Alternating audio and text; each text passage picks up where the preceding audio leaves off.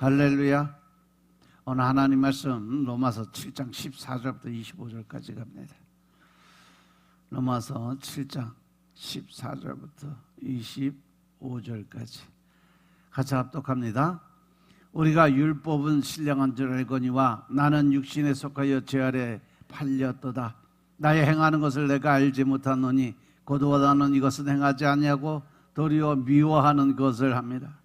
만일 내가 원치 아니하는 그것을 하면 내가 이로 율법에 선한 것을 시인하노니 이제는 이것을 행하는 자가 아니요 내 속에 거하는 죄니라. 내 속에 곧 내 육신에 선한 것이 거하지 아니하는 줄 아노니 원함은 내게 있으나 선을 행하는 것은 없노라. 내가 원하는 바 선은 하지 아니하고 도리어 원치 아니하는 바 악은 행하는도다. 만일 내가 원치 아니하는 것을 하면 이를 행하는 자가 내가 아니요 내 속에 거하는 죄니라. 그러므로 내가 한 법을 깨달았노니 곧 선을 행하기 원하는 나에게 악이 함께하는 것이로다. 내 속에 사람으로는 하나님의 법을 즐거워하되 내 지체 속에서 다른 한 법이 내 마음의 법과 싸워 내 지체 속에 있는 죄의 법 아래로 나를 사로잡아 오는 것을 보는도다. 오라 나는 곤고한 사람이로다. 이상의 몸에서 누가 나를 건져내랴. 우리 주 예수 그리스도로 말미암아 하나님께 감사하리로다. 그런즉 내 자신이 마음으로는 하나님의 법을 육신으로는 죄의 법을 섬기노라. 아멘. 요즘 계속 이 이신칭의와 이신득의에 관한 말씀은 계속 나오는데 이 성도들의 이신칭의를 받은 순간부터 이제 우리들은 이제 성화의 과정을 거치기 시작을 하죠. 그런데 성령을 따르지 않고 자기 힘으로 성화를 하려 한다면 이상한 현상이 발생을 해요. 그래서 14절에 보니까 우리가 율법은 신령한 줄 알거니와 나는 육신에 속해서 죄 아래에 팔렸다고 그랬어요. 이 구절에 우리라는 것은 율법의 신령한 목적을 분별하는 사람, 즉 복음을 아는 성도들을 의미해요. 그런데 그 중에 나는 죄 안에 팔렸다고 그랬어요. 즉 죄의 종의 신분은 아닌데 죄 아래 팔렸다는 것은 이 사람이 육신에 속했다는 거예요. 이것은 예수님을 믿고 가면서도 예수님만에 속해 있긴 하지만 옛날의 본성, 과거의 삶을 잊지 못하고 과거에 묶여 사는 사람들이라고 이렇게 표현을 하죠. 고린도전서 3장 1절부터 3절의 말씀을 보면 내가 신령한 자들에 대한 같이 너희에게 말할 수 없어 육신에 속한 자 곧 그리스도 안에서 어린아이들을 대함과 같이 한다 그랬어요. 그래서 내가 너희를 젖으로 먹이고 밥으로 먹이지 아니했다. 이것은 너희가 감당지 못하였을 거니와 지금도 그것을 감당하지 못할 거다 이거죠. 그러면서 너희가 아직도 육신에 속한 자인데 너희 가운데 시기와 분쟁이 있으니까 어찌 육신에 속해서 사람을 따라 행함이 있겠냐는 거죠. 이 고린도서 3장에서 하나님의 구속사 속에 이 영적인 지도자의 역할이 무엇인지를 깨우쳐주고 있어요. 그래서 사람 중심의 신앙생활에서 벗어나서 하나님을 중심으로 한 자립적인 신앙인으로 성장할 수 있게 돕고 있다는 거죠. 1절 2절에서 사도 바울은 고린도 교회 성도들의 신앙이 올바르게 성장하지 못하고 아직도 육신에 속한 자로 어린아이 같은 신앙으로 머물러 있는 것에 대해서 안타깝게 여기고 있다고 얘기를 해요. 특히 어린아이들의 특징, 시기와 질투가 많다는 거죠. 그래서 고린도 교회에 분쟁이 끊이지 않았어요. 서로 시기하고 질투하고. 근데 그 4절에 보면 자기에게 세례 준 사람이나 자기를 인도한 사람이 최고라고 말하는 서로 분리되고 당을 짓는 모습이 보여요. 어떤 이는 말하되 나는 바울에게라고 나는 아볼로라고 하니까 너희가 사람이 아니다는 거죠. 그런즉 아볼로는 무엇이고 바울은 무엇이냐? 저희는 주께서 각각 주신 대로 너희로 하여금 믿게 한 사역자들밖에 안 된다. 나는 심었고 아볼로는 물을 주었을 때 오직 하나님은 자라게 하였나니. 그런즉 심는 이나 물 주는 건 아무것도 아닌데 오직 자라나게 하시는 하나님뿐이다 라고 얘기해요. 사도 바울과 아볼로는 하나님의 사역자들이에요. 사도 바울은 고린도 교인들에게 복음을 심어줘서 1년 6개월 동안 헬라의 철학과 사상으로 딱딱하게 굳어져 있는 땅을 갈고 십자가의 복음의 씨앗을 심었던 사람이 바로 사도 바울이었죠. 아볼로는 해박한 성경 지식과 폭넓은 학문을 바탕으로 해서 고린도 교인들에게 영적인 양식을 공급해 줬던 사람이 바로 아볼로예요. 그러나 잘하게 하신 분은 오직 하나님이시라는 거죠. 따라서 하나님께만 영광 올려드려야 된다는 것을 강조하는 거죠. 따라서 누가 어린아이의 신앙에 머물러 있는 자고 성도는 어떤 장성한 믿음의 분량까지 자라갈 수 있겠냐는 거예요. 먼저 시기와 분쟁으로 남을 헐뜯고 비방하는 자들은요, 어린아이의 신앙에 머물러 있는 그러한 사람들이에요. 그리스도인 중에도 어린아이같이 시기와 분쟁으로 항상 마음이 시끄러운 사람들이 있어요. 우리 안에서 나오는 시기심은요, 교만에서 비롯된 거예요. 내가 남들보다 잘나고 싶고 높아지고 싶고 이러한 교만의 마음에서 시작이 되는 거예요. 공연히 남과 비교하고 경쟁심에 사로잡혀서 자기가 조금 모자란 듯하면 남을 시기하고 질투하는 그 마음을 가지고 헐뜯고 비방하죠. 그래서 자기 부족함을 진실하게 인정하고 배우려 하지 않아요. 늘 자기가 옳다고만 생각을 해요. 남이 잘 되는 것은 배 아파하고 남이 못 되는 것을 보면 속으로 흐뭇한 마음을 갖고 사는 사람, 남의 약점을 헐뜯고 비방함으로써 자기 우월함을 드러내려고 하는 사람, 이러한 사람들이 바로 어린아이의 신앙에 머물러 있는 육신에 속한 그리스도인의 모습이다라고 지금 설명을 하고 있는 거죠. 따라서 하나님이 세우신 종들의 다양성을 인정하고 겸손히 배워야 장성한 믿음의 분량에 이를 수 있다는 거예요. 한 사람의 변화되기까지 이 사도 바울 같은 전도자들도 필요하고 바나바 같은 위로자도 필요하고 아볼로 같은 교사도 필요하다. 그들을 따뜻하게 품어주는 사람도 필요하고 책망하는 사람도 필요하다. 그런데 사람을 변화시키는 분은 오직 하나님 한 분이시라는 거죠. 하나님의 사역자들은 각자 자기 상을 하늘나라에서 다 이제 받을 것이라는 거죠. 따라서 성도들은요, 하나님이 만들어 놓은 밭이에요. 따라서 그 하나님이 세우신 종들의 다양성을 인정하고 겸손히 배우고 장성한 믿음의 분량까지 자라가야 된다.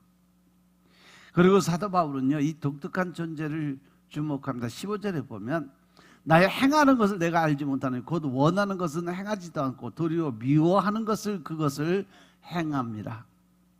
이 말씀은 율법을 지키는 나와 율법을 어기는 다른 내가 충돌을 하고 있다는 거죠. 즉 마음속에 두 마음이 계속 싸우고 있다는 얘기예요. 이 현상은 사도 바울처럼 성숙한 신앙인들도 경험을 하는 그러한 삶의 모습이에요. 그런데 이 미성숙한 성도는 이 현상을 겪을 때 정체성의 혼란을 가져오게 되는 거죠. 칭의를 받고 구원을 얻었다면 이런 현상이 없어져야 할 것처럼 여겨서 아주 두려워하는 마음을 가져요. 그래서 사도 바울은 이 충돌 현상에 관해서 자세히 설명을 하고 있어요. 이러한 현상을 경험하는 사람들이 구원을 확신하도록 돕는 거죠. 그래서 사도 바울은 이 존재의 정체를 16절에서 폭로하죠. 만일 내가 원치 아니하는 것을 하면 내가 이로 율법에 선한 것을 시인한다 그랬어요. 나는 내 소원대로 하지 않는 다른 내가 못마땅하다는 거예요. 다른 나는 율법이 정죄하는 것을 행하니까, 여기서 나는 율법과 같은 판단 기준을 가졌고 율법의 선함을 인정하는 그러한 존재, 율법주의자의 삶이라는 거죠. 그렇다면 다른 나의 정체는 뭘까? 17절에 보니까 어쨌든 이제는 이것을 행하는 자가 내가 아니라 바로 내 속에 거하는 죄라 그랬어요. 율법 안에서 자꾸 이 복음의 예수님을 믿고 거듭남의 삶을 살아가면서도 과거의 율법에 묶여있는 그것이 바로 죄라는 거예요. 다른 나는 진정한 내가 아니라 내 속에 거하는 죄. 사도 바울은 인격체 전체로서 나와 그 인격 속에 자리 잡은 부분으로서의 다른 나를 구별했어요. 이러한 구별은 사도 바울이 두 가지 항목을 분석한 결과죠. 첫째, 칭의받은 자의 인격을 분석했어요. 그것이 바로 18절의 말씀 보면 내 속에 곧 내 육신에 선한 것이 거하지 아니하는 줄 아노니 원함은 내게 있으나 선을 행하는 것은 없다. 수많은 이단의 뿌리가 된 초대교회 영주주의의 신앙은 몸을 악하게 여기고 영혼만 선하게 여겼어요. 하지만 사도 바울은 그들처럼 내 몸이 죄짓는 원흉이고 내 영혼은 선하다라고 주장하지 않았죠. 칭의를 받고 성숙한 내 육신에도 칭의를 받기 전처럼 선한 것이 없었더라. 이 분석 결과를 그대로 알려주는 거죠. 칭의를 받은 사람들은 그리스도의 의 덕분에 의인으로 간주가 돼요. 의로움을 그의 몸에 주입해서 의롭게 만드는 것이 아니에요. 그래서 그리스도의 의와 분리해서 진단하면 칭의받은 성도들의 육신은 여전히 선을 행하지 못하고 과거의 악의 습관을 버리지 못한다는 거죠. 둘째로 칭의받은 자의 행위를 분석했는데 19절의 말씀 보면 내가 원하는 바 선을 행하지 아니하고 도리어 원치 아니하는 바 악을 행하는다. 악한 본성의 뿌리에서 선한 열매를 맺을 수 없다. 칭의받은 사람도 옛 본성으로 악한 열매만 맺게 되어 있다. 본성에 밴 죄가 의지력보다 강하기 때문에 그렇다는 거죠. 칭의를 받은 사람, 구원의 확신을 받고 예수님으로 하여금 너는 내 아들이다 내 딸이다 이 칭함을 받은 사람은 하나님 앞에서 선하게 살기를 진정으로 원하죠. 이것은 죄에게 종로로 탈 때와 다른 점이에요. 그러나 선하게 살 능력은 여전히 그 마음속에 과거를 붙들고 있으면 그 능력이 살아나지 못한다는 거죠. 죄에게 종로로 탈 때와 같은 삶을 살 수밖에 없다. 거룩한 삶은 성령님께서 칭의를 받은 사람을 통해서 맺는 성화의 열매죠.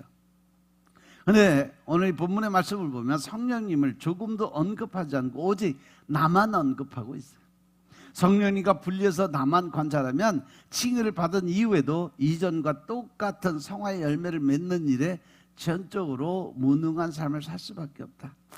그래서 그 분석한 결과 사도 바울은 나와 같은 나의 정체를 확정할 수 있었어요. 20절에 보니까 만일 내가 원치 않는 것을 하면 이를 행하는 자가 내가 아니라 내 속에 있는 죄니라. 죄가 내 자아 속에 거주하는 거죠. 갈라디아 2장 20절의 말씀처럼 이제 내가 사는 것이 아니라 오직 내 안에 계신 예수 그리스도께서 사신 것이라 이 고백과 정반대되는 삶을 살아갈 수밖에 없다. 내 안에 계신 예수님의 삶이 아니라 내 안에 있는 내 자신의 삶만을 살아가는 그런 삶이다. 내 안에 그리스도께서 사시는 상태와 내 안에 죄가 거주하는 상태가 칭의를 받은 사람의 인격 속에 공존을 해요. 그래서 우리가 신앙생활하면서 늘 마음속에 이 영적인 혼돈과 혼란이 들어오는 이유는 늘 그 두 영이 싸우고 있기 때문이에요. 나와 내 안에 그리스도가 구별되는 것처럼 나와 내 속에 죄도 분명하게 내 안에 같이 공존하고 있다는 거죠. 그러니까 나와 그리스도의 연합을 분리할 수 없는 것처럼 나의 육된 몸과 죄도 영광의 몸으로 부활하기까지는 분리할 수가 없다. 이렇게 나와 다른 나를 분리하지 않으면서도 구별해야 자기 정체성의 혼란을 겪지 않고 구원받은 존재라는 사실을 확신할 수 있다. 근데 그것은 자기 힘으로는 안 된다는 거죠. 내 안에 성령님을 모셔드리고 인정해서 그분이 나에게 하나님의 그 뜻을 깨우쳐 알려주실 때에만 가능하다는 얘기예요. 그러면 무섭게 사도가 깨달은 진리가 뭘까? 21절의 말씀을 보면 그러므로 내가 한 법을 깨달았다 그랬어요. 곧 선을 행하기 원하는 나에게 악이 함께 있는 것이다. 칭의 받기 전에는 한 가지 법이 나를 지배했어요. 그때에 나는 악을 행했고 또 악을 원하는 삶을 살았어요. 그러면 칭의 받은 후에 선을 원하면서 선을 행할까? 선을 원하면서도 악을 행한다는 거죠. 두 가지 법이 동시에 내 행동을 지배하고 있기 때문에 근데 사람이 가지고 있는 본성의 그 마음은 뭐예요? 우리가 태어나면서부터 이미 사단의 종으로 태어났기 때문에 그 본성을 버리기가 그렇게 어렵다는 얘기예요. 그래서 말씀이 필요한 것이고 그래서 기도가 필요하고 하나님과 이 관계 회복이 반드시 필요하다는 거예요. 많은 사람들이 이 믿음 안에서 위선자의 삶을 살아가는데 이 위선자는 이런 자기 사실을 숨기고 선한 척하고 거룩한 척하고 살아가요. 완전주의자는 이 사실을 인정하지 않고 이 땅에서 선한 날을 완성하려고 준비만 하고 있어요. 그러나 사도는 사실대로 겸허하게 받아들입니다. 그러자 죄짓는 현재의 제 모습 때문에 절망하지 않고 또 도리어 하나님께 감사드릴 수 있었어요. 오직 선을 원하면서 선을 행할 영화 이후의 삶을 소망하며 살 수 있었다는 거죠. 22절에서 사도 바울은 내 속 사람으로 하나님의 법을 즐거워하되라고 했어요. 중생하지 않는 자연인은 하나님의 법을 마음으로 즐거워할 수 없어요. 그러니 속 사람은 칭의 받은 자를 지칭합니다. 속 사람은 변화된 그 사람의 마음을 이야기하는데, 악을 행하는 다른 나를 겉사람이라 부르면 정확하게 대칭되는 그런 말씀입니다. 사도 바울은 내 속에 거하는 죄, 또 혹은 나와 함께 있는 악이라고 표현을 하죠. 그리고 다른 나는 내 안에 있는 또 하나의 인격이 아니라 내 지체 속의 일부이기 때문에 그래요. 그래서 겉사람이라는 대칭 표현을 쓰지 않아요. 칭의를 받은 사람, 하나님께 인정받은 사람, 그 사람은 그리스도의 신부이지만 그 사람 속에 있는 죄가 그 사람의 어떤 몸을 율법의 신분처럼 반응하게 한다는 거죠. 그러니까 과거의 그 삶을 버리지 못하고 계속 과거의 율법 안에 갇혀 사는 사람들, 예수는 믿으면서 주를 그리스도라 인정을 하고 아멘을 하고 살아가면서도 마음속 깊은 곳에 자리 잡고 있는 것은 늘 율법 안에 과거의 내 삶을 버리지 못하고 그것을 끌어안고 사는 사람들. 이처럼 신분과 다르게 행하는 육신 사도는 죄의 몸, 사망의 몸 혹은 욕된 것이라고 표현을 해요.